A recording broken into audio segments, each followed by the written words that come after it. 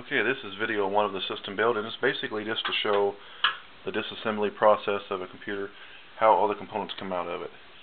This is the other side panel. It comes off exactly the same way this one did, except it had regular screws in it instead of thumb screws. Pull and follow it down. You need to take this side panel off because the optical drives have screws in them from both sides, and as you can see, the screws are behind the back panel. Some of the manufacturers, such as Dell, don't always put the screws in. This was evidently an added drive by someone else. It's got a second drive, which they never put two opticals in. But this is the factory drive. But as I was saying, some of them, instead of using screws, they'll have like little push pins and stuff and just slide off the front. But just by taking these screws out, right here, this is going to take the floppy drives loose. I'm sorry, the optical drives out. I don't need these optical drives. It has a DVD-ROM and a 48X burner, and I have a combo drive that not only burns CDs and plays DVDs, it also burns DVDs, so this drive is pretty well useless to me.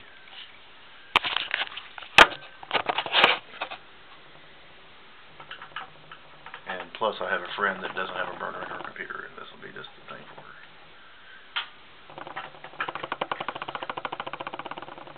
Oops, sorry about that.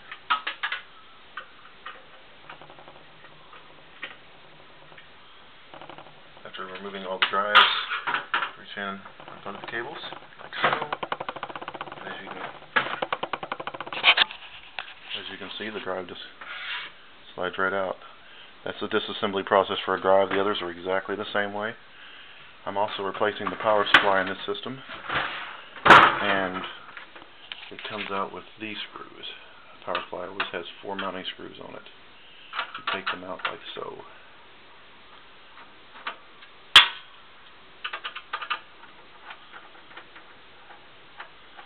Actually, come to think of it, I've seen a couple of manufacturers actually put a 5th screw through the top. I don't know if this unit has one or not. We'll find out in a second. You might not need to change the power supply in your system. It just depends on the amount of voltage you're going to be sucking through it, or more specifically, the amount of amps. Yes.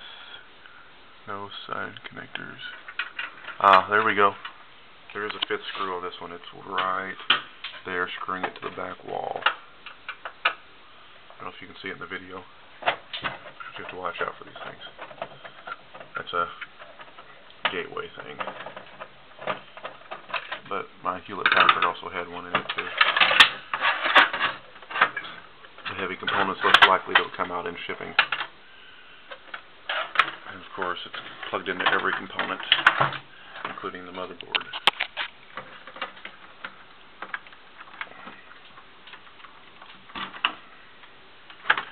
I suggest you never throw away components if you tinker with computers, because you never know. You might need them someday. Like, for example, the RAM chips in this one here, I actually need them to test this computer with, because I got it for free and it doesn't have any RAM chips in it. And a computer won't post at all without RAM in it. Okay, that was the disassembly process of the hard drive. You can see this unit actually has a potentially useful in the future heatsink with it. And according to the data on it, how many wattage is it? It's 200, it looks like. Yeah, that's only a 200 watt power supply. That is pathetic. There's something else you can save off these old boards right there. That is the CMOS battery. If you're taking out a component off your motherboard, a PCI card or AGP card, you will have either screws right here holding them in, or there will be some kind of a clamping device that just either snaps down on top of them or folds down on the outside of the case, and this bar will be on the outside.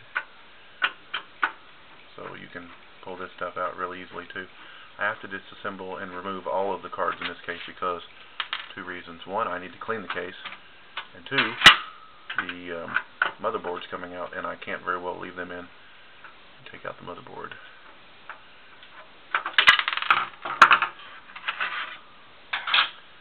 I even have to take out everything.